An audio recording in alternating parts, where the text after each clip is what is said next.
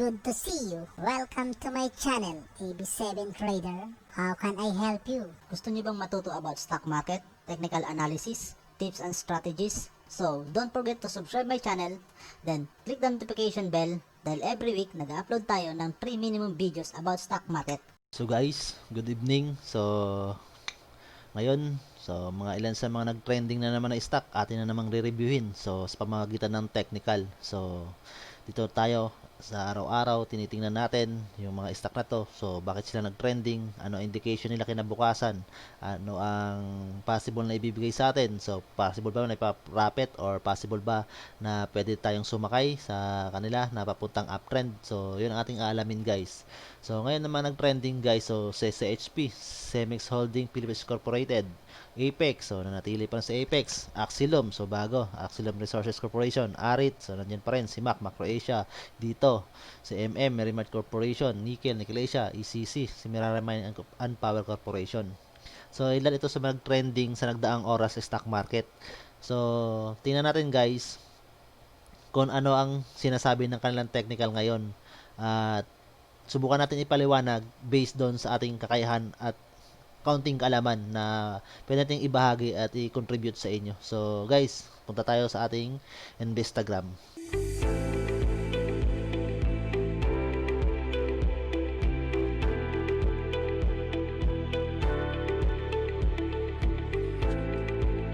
So guys, dito na tayo sa ating Instagram. So tingnan mo natin yung PSE index ngayon or Philippine Stock Exchange Index. So ngayong araw guys is bumaba ang ating PSE ng 114.33 points or almost ng negative 1.86%. So kabubukas na pagbago ng quarantine protocol, naging GCQ tayo from MECQ. So possible siguro guys, ang iba dito is nag-transition sa ibang stock. So, yung may mga stock siguro na medyo bumaba yung o umalis yung ibang trader or stockholder sa stock na yon at lumipat ng ibang stock. So, may mga possible sa ganung senaryo na nangyari. So, kanina tiningnan ko. So, si Jollibee, kanina umakyat siya. At ganun din si na PSE. So, yung mga involvement sa mga food chain. So, nakita ko na medyo may pagtaas sa kanila kaninang umaga nung sinilip ko yung aking Instagram nung sa office ako. So, yun nga.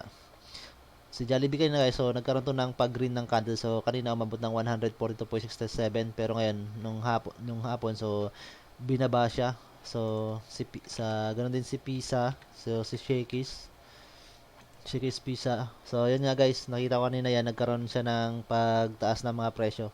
Pero, siguro, isa sa mga indication ng ating PSE guys, so, kaya bumaba. So, marami siguro mga buyer na pumasok ngayon. Kasi, sa Friday is holiday, so, walang trading day. So, possible bukas is profit day na yan. So, bukas yung indication na may profit, may magte-take ng mga profit yan, lalo na yung mga trader. So, siguro isa rin sa mga indication yun na kung bakit bumaba si PSE. So, pagluwag ng MECQ ay ng quantum protocol, then iba lumipat na ibang stock. So, baka gustong sumabay sa mga company na possible na mag-profit, makapag-take profit bukas. So, yun siguro guys ang ating mapapansin. So, simulan natin guys ang isa sa mga stock na nag-trending ngayon. So, sa Apex. So, kahapon pa to sa Apex guys is trending to. So, kahapon, so, nagkaroon ng green candles to. So, yung nga sinasabi ko na nagkakaroon siya ng baka tinatawag nating na pag narrow ng kalayung Bollinger Bands at possible sinasabi ko na baka bumalik pa siya dito sa RSI 70 or medyo lumapit pa siya dito ng RSI guys. So baka possible bukas guys na magkaroon to ng tinatawag na green candles, yung sinasabi ko na baka magkaroon ng profit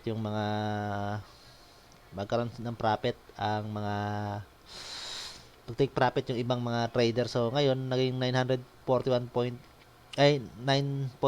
M yung volume na may value na 15.74 pero bumalabanan siya ng 0.02. So pero kanina is nag-try pa to na iangat guys.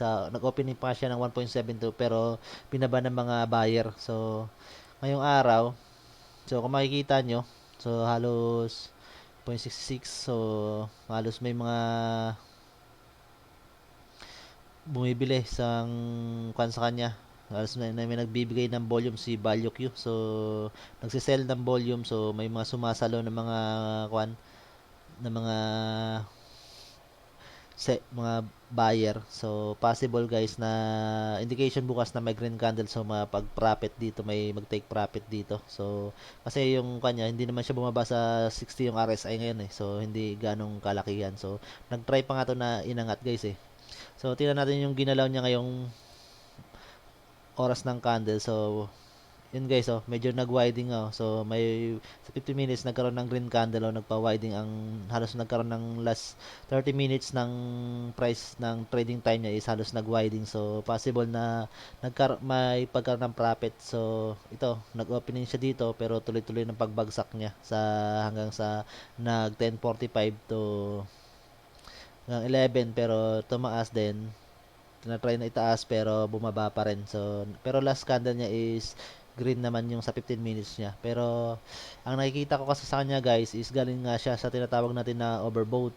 So, dito. So, at naglabas siya ng indication. So, malaki ang kanyang naging profit o income ngayon sa ngayong second quarter.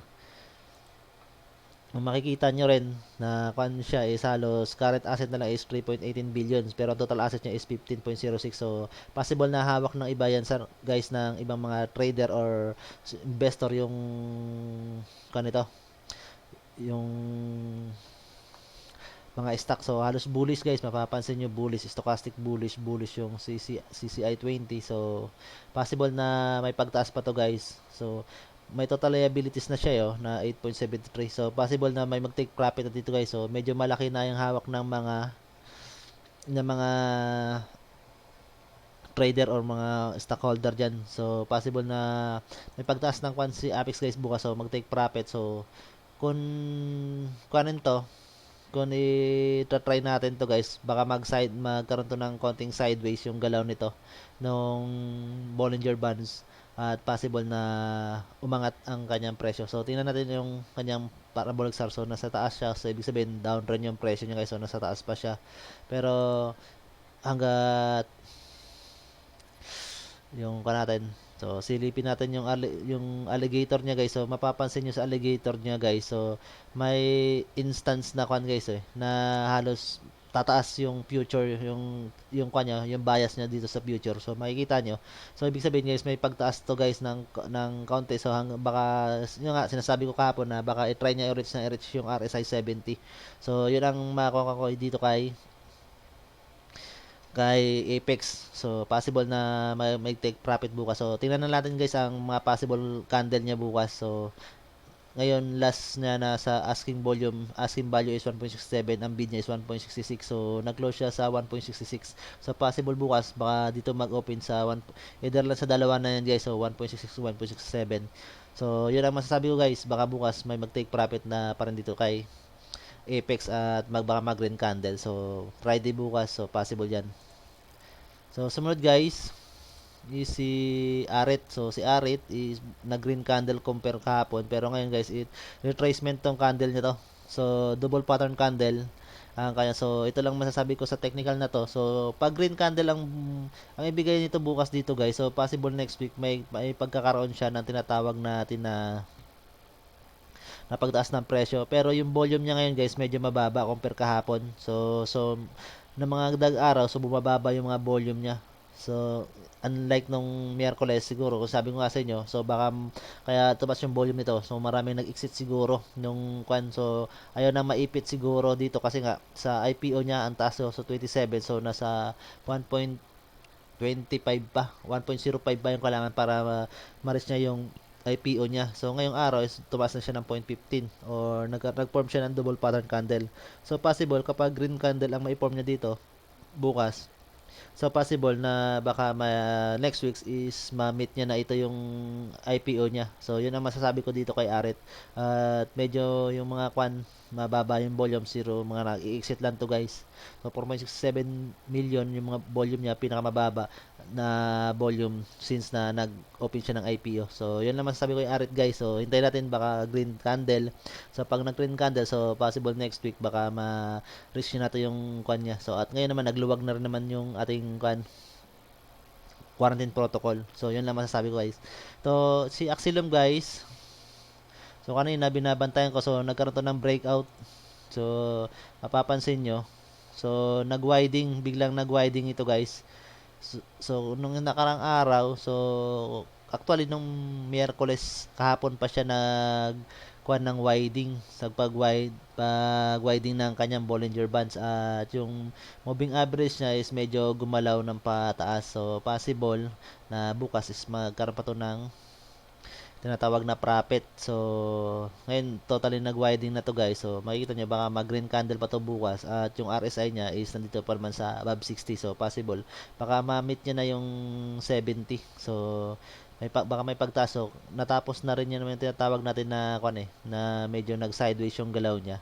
Yung pagnaro. So medyo sideways. So ngayon green candle, at possible pag green candle pa bukas ibigay nito guys, is possible na magkaroon pa to ng tinatawag natin na profit. Pero kung mapapansin niyo, di ba, 211.04 mm 211.04 mm yung million yung volume na may value na 507.39 million. So possible may malaking volume siya na pinasok. So possible nga baka na top 1 pa nga to eh.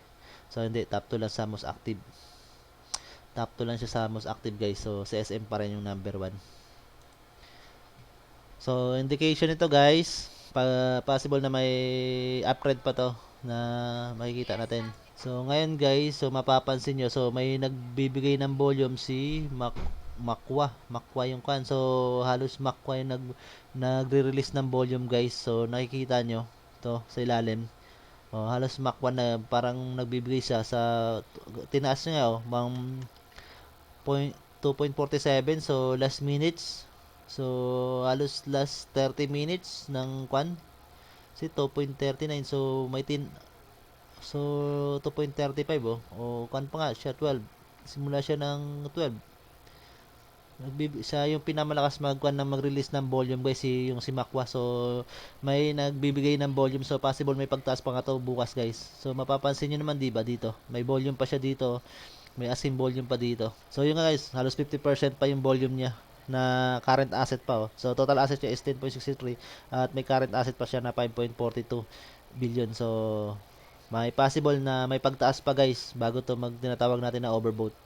So yun ang masasabi natin. So short term uptrend siya. So 2.52 resistance, so 2.48. So medyo malayo yung support niya na 2.34 month. So may uptrend up pataas. MA50, MA20 bullish. So volume SMA bullish. So CC bullish, RSI 14 so bullish. So lahat bullish guys. So possible na may pagtaas ng volume to guys. So may nagbibigay ng volume guys. So baka possible bukas mag-release pa to ng volume guys. Baka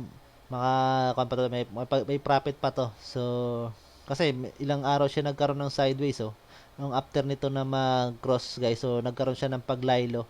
So possible na nagkaroon siya ng uptrend pa ng kanyang price. So yun makikita natin dito kay Axilum. So si CHP guys, so medyo kanatayan, medyo huge na, medyo huge na yung volume niya. So overbought na to. So kahit tingnan natin yung sa stochastic niya, maglagay pa tayo ng isang indicator, stochastic. So medyo mahirap kasi ang na to guys eh. Medyo yung stock na to pag naipit ka. So ang tagal nung nakaraan. So kung mapapansin yung stochastic yung sa ilalim guys, i-kuan ko yung stochastic. So bigyan natin ng limit. So orange yung limit sa yun, up and down na limit. So medyo matagal na siya guys na kung mapapansin nyo, medyo matagal na siya dito sa sa overbought situation nito ng stochastic mo, at yung medyo flatten na yung galaw nitong fasting trend line at slow trend line. So baka may indication na mag-cross pababa na to. So yung tinatawag natin na stochastic po. So yung fasting trend line baka mag-cross dito kay slow trend line. So possible na may pagbaba ng presyo. Nakikita natin na puro overbought na talaga indication niya guys. So ngayon 55.57 million yung volume na may value na 71.81 million. So possible 2.06 trade. So baka nagkuan na ngayon ang iba, nag-take na ng profit. So medyo malaki na kasi yung halos yung profit nito guys eh. No, kung nakasakay to dito yung mga ibang trader. So, ito. So, tingnan natin guys. So, yun nga, halos 10.71 billion na lang yung current asset na may total siya na 63.35 billion. So, medyo stockholder, so medyo hawak na ng mga stockholder. So, possible na, syempre, baka bumaba na yung presyo guys sa nito ni sa HP. So kung makikita nyo rin ang second quarter earning niya is income na siya pa ng 45.9 million pero negative 92.76%. So halos napakalaki. So halos 500 million yung almost 500 no, 400, mahigit sa 400 million yung nawalang kita niya. So 92 negative siya ng 92 eh. So ibig sabihin medyo compare nung nakaraan. So kung makikita nyo guys, kapag bumagsak siya, tuloy-tuloy siya guys. So ang hirap ka makatawa dito, makaalis. So kung possible na kung maipit ka, so ang tagal ng time na bago mo mabawi. So makikita mo yung mga niya, na-perform niya na mga trend. So pag nakwan, so baka possible ngayon pa lang ang iba is nag-take na ng profit. So baka bukas, baka mag-off sa unang first hour o so makikita natin yung mag-green candle pero sa baka last hour niya no, mga second hour ng trading times baka downtrend to guys kasi overbought masyado. So halos na-meet na ngayon na yung halos 80 na nga yung RSI niya eh. So sa kanya nakikita ko hindi siya umabot ng ganyan kataas guys. So medyo tayo guys, maging curious tayo dito. So kay SP, so kung may volume kayo dito, so possible bukas or is baka mag-exit na. So paunahan na lang to bukas mapag-exit ang mga dito guys, so may hawak ng stock. So mag-take profit o bakal ka kayo nga nag-take profit ng iba. So tingnan nga natin kung meron pa siya So malaki kasi volume guys oh. So 1.30, 1.31. So medyo marami pang gustong lumabas oh. Kung mapapansin niyo dito hanggang 1.35. Malaki pa yung mga volume niya. So may 1.40 pa nga eh. So, sa 1.30. So, medyo malalaki yung mga volume guys na gusto pang lumabas. So, ito rin. May gusto rin pumasok. So, maraming abang. So, makapapansin nyo guys, yung mga nag-abang hanggang sa 1.19. So, halos ilang million pa yan, no? Puro million M yung mga volume na nakaabang guys. So, dito guys, so hanggang 1.35. So, mayroon 1.39 na hanggang 1.4 sa 1.40 na may gusto mag-exit. So, possible yung first come first serve na lang to bukas guys ang mangyayari dito. So kung sino magunahan na lang to. So 29 yung so naghahati dito sa 2.54 million dito sa 1.65 is 14. So medyo malalaki yung mga stock na hawak nila. So maraming gusto mag-exit. So yun masasabi ko dito guys sa HP. Overbought siya saka hindi na siya consider na profitable pa sa overbought na siya eh. So marami nang gustong lumabas guys. So yun naman sabi ko guys kay sa HP. So, sunod guys si dito. So, nagkaroon ng green candle si dito. Yun ang kala ko magtuloy-tuloy guys. So, baka bukas bumalik pa tong green candle niya. So, possible baka may gustong sumabay na mag-take profit para bukas. So, kaya medyo bumaba siya ng 0.10 compare kahapon. So, nagsara kahapon sa 3.32. So, 3.22 ngayon. At yung RSI niya is wala naman sa below 60. So, possible niyan. Baka magkaroon pa to ng tinatawag na twist o reverse tong RSI bukas. Baka mag-uptrend pa to. So, kung mapapansin natin dito sa parabolic SAR niya, nasa ilalim pa naman guys eh. At yung simple moving average mo na 20 is medyo up pa ang kanyang indication. So, tingnan natin guys ang tinatawag na alligator, kung ano yung future ang sinasabi ng alligator. So, kung sa alligator ang titingnan guys, so pataas pa naman ang indication. So, wala pa siyang indication na pababa siya guys. So, ibig sabihin niyan guys, may pagtaas pa to. So, hanggat hindi pa to nag-overbought. So, yun ang masasabi ko dito kay dito. So, maganda pa rin naman ang fundamentals nito guys ni dito. Kasi nga gawa ng third telco natin to. So, naghihintay pa tayo dito. So, ngayon na indication. So, kahit nag-overbought naman guys, so medyo mapapansin nyo yung RSI 70 niya sa kanya, pero medyo nagtatagal yung mga RSI 70 sa kanya dito ng mga huling araw kasi medyo trend to mga kanto. Inaabangan to lagi ng mga trader yung stock na to. So, possible na may pagtaas to guys. So, baka gusto lang sumabay ng profit. So, at ang indication naman medyo uptrend pa naman tong kanya, yung Bollinger Band niya, yun nga lang medyo humiga lang ngayon. So baka possible na pag nag-meet dito sa RSI 70, so yun siguro siya magpo-form ng panibagong trend na doon natin masabi na baka magkaroon ng reversal pababa na. So yan masasabi ko kayo dito. So si Macro Asia, si Mac, so inverted. So, inverted hammer. So, yun, isang magandang indication guys na inverted hammer to. Kahit red candle, tapos inverted hammer. Ibig possible ito guys na try na iangat yung presyo. So, ngayon, wala pa naman siya sa RSI 70 at inverted siya. So, magandang indication guys na may kan pa to na pagtaas ng presyo. So, inverted hammer, magandang indication. So, green candle ang sinundan nito ng inverted hammer na red. So, at medyo mas mataas pa yan compare dun sa closing kahapon. So, nagkataon lang siguro na yung opening nito is mas bababa yung closing ngayong araw. So, kaya naging red candle siya. So, pero tumaas pa naman siya ng 0.03. So, 0.6%. So, ibig sabihin, may pagtaas pa to guys. So, nag-try siya na mag-hug guys dito sa ating sa ating Bollinger Band sa upper band niya. So, possible na angat to guys ang presyo. So, wala pa naman siya. Oh. So, yung RSI niya. So, nagtatry na mag-reach ng 70. So, possible guys na may pagtaas pa to tao dito. Si Mac. Si Macro Asia. So, yun naman sabi ko yung Macro Asia guys. So, yun nga, sinasabi ko na bukas is Friday, ay ng Thursday. So, holiday ng Friday. So, baka possible kasi na may magte-take profit. So, baka yung mga nanggaling dito yan guys. So, gustong sumabay. So, possible. O, yung nandito. So, halos kung tiisipin. So, wala pa naman yan take na kwan eh. Indication na malaki na yung kwan niya. Kung dito ka sumabay. So, dito ka ngayon, so 7.39%. So profit na rin pero medyo kan pa siguro. Alam nga, hindi pa siguro sapat 'yun para sa isang trader. So baka dito nakasabay o dito na 'yan. So possible guys na may uptrend pa to guys. So tingnan nyo, inverted hammer to. So inverted hammer na red candle at mas mataas compare dito sa previous closing price niya. So, yan ang masasabi ko guys na indication dito kay Max. So, may pagtaas pa ng presyo at yung Bollinger Band niya is pataas pa naman. So, ito mga tinitingnan natin indicator. So, lahat ng indicator niya is nagsasabi na na-uptrend siya. So, yun know, yung feature ng simple moving average na alligator. So, yung lips niya nasa taas pa guys. Yung kanya kahit green red yan. So, nandito pa naman Bollinger, yung parabolic star mo. So, may pagtaas pa to guys.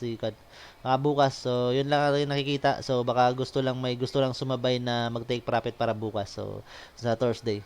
Sunod guys is MM. So, sa MM, medyo nagkaroon ng pagbaba pero parang yung lower band niya guys is nagkakaroon ng narrowing. So, pero wala namang confirmation yung upper band niya. Saka, ang galaw ng simple moving average is uptrend pa. So, possible rin na may uptrend pa to, RSI niya. So, medyo malapit na nga rin siya sa overbought. Pero tingnan natin kung medyo may volume. So, malaki pa yung current asset niya. Nasa 2.37 billion pa. So, 3.27 lang total asset niya. So, current liability is 941.89. So, medyo malayo pa yan. Bearish. Ang RSI medyo bearish. Pababa. Volume. So, yun nga, pataas yung bullish yung volume mo. So, yung SMA mo, 15. So, MA 20 mo is bullish din. So, uptrend, short term uptrend, year date, so may 214%. So, week to date, so may taas na tumaas pa siya ng 4.30%. So, sa monthly to date, so ngayong sa buong sambuan niya is 17.16%. So, possible na may pagtaas pa to guys, sikan. So, nasa positive pa yung indication nito ni MM. So, yun ang sinasabi ko nga kapon, baka i-meet niya pa to guys, yung pinamataas niya. So, 3.58. So, may tataas pa siya guys.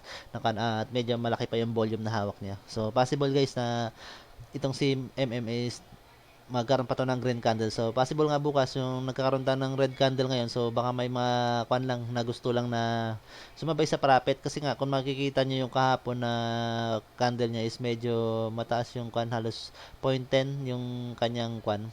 0.18 kapon yung dito, yung tinaas niya. So, may 0.18 siya kapon na tinaas guys. So, from 3.01 to 3.00 to 3.18 na kanya. So, ibig sabihin niya guys, ito, na nagtitake ng kwanto. So, try na may gustong kan guys, oh. So medyo mahaba itong tail niya dito ng candle na to. So possible na may gustong sumabay talaga guys na pag-take profit dito. So, pero uptrend pa ang binibigay nito guys. So, possible na may pagtaas pa to. So, nickel.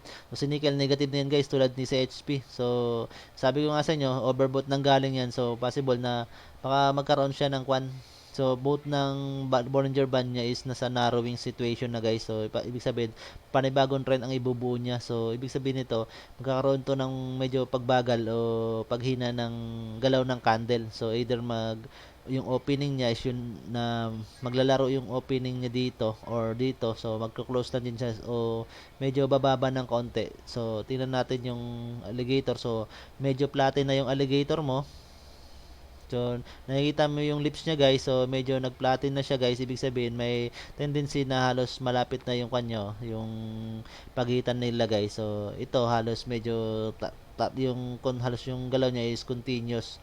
So medyo parallel. So ibig sabihin niyan guys na may magta-try to na siguro pag mga part dito sa August o bago magtapos ng August, baka mag-cross na to pababa yung kan mo, yung lips mo or yung simple moving average 8 mo dito sa kwan, sa simple moving average 13 o yung teeth ng alligator. So sa alligator, so RSI pababa yung indication. So tingin tayo ng isang parabolic SAR. So parabolic SAR, so yun nga guys, kahapon pa lang kahit green candle yung binigay niya guys. So isa rin sa mga indication kasi guys na negative yung pag mapapansin nyo sa candle na negative na ibig sabihin guys, kasi green candle guys, kasi green candle ang binigay niya kasi yung opening mo ay yung closing mo is mas mataas compare sa opening mo, pero ang tutusin is mas mababa na yung price mo compare sa closing sa previous na price. At ang isang binigay niya guys, green candle.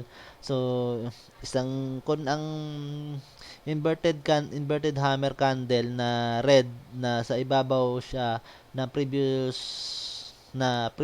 na green candle is may uptrend. Ganon din to guys. So parang kabaliktaran lang noon. Green siya pero nasa ilalim siya ng red candle ng previous candle.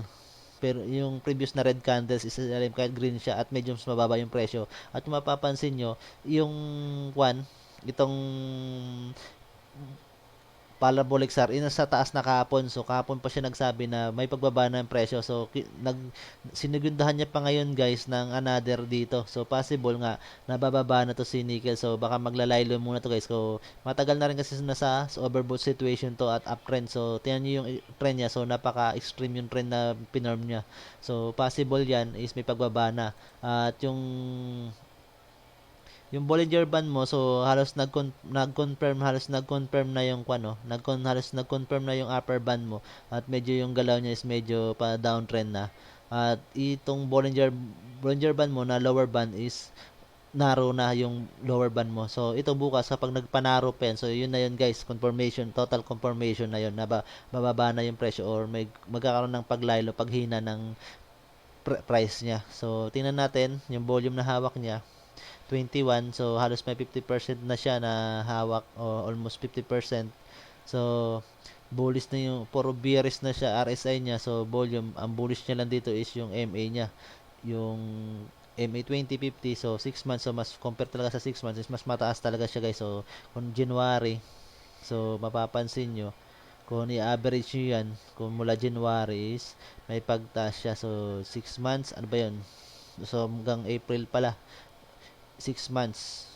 So February, August, July, June, May, April, March, February. So February na price niya is mas mataas pa rin siya. So ang MA 200, so compare nung nakarang August, medyo mas mababa nga siya kasi medyo mas malaki yung time na mas mababa yung mga presyo niya. So pare pa siyang bullish yung mga MA niya, pero ang kwan dyan, indication is yung Bollinger Band at nakikita natin na possible na talaga na overbought na siya guys. So baka lalaylopan muna to guys, or baka magbilo ng RSI 60 to going 50, or baka emit niya lang yung 50 tapos magkaroon siya ng tinatawag na reversal kasi gawa ng itong value niya or yung asset niya. So medyo malaki na yung asset niya. So bago naman makarating yan dito sa RSI 50, so possible yung asset is almost halos 60% na siguro yan ng total asset niya. So, yun ang masasabi ko guys dito sa kay nickel. So, ECC, so uptrend to guys.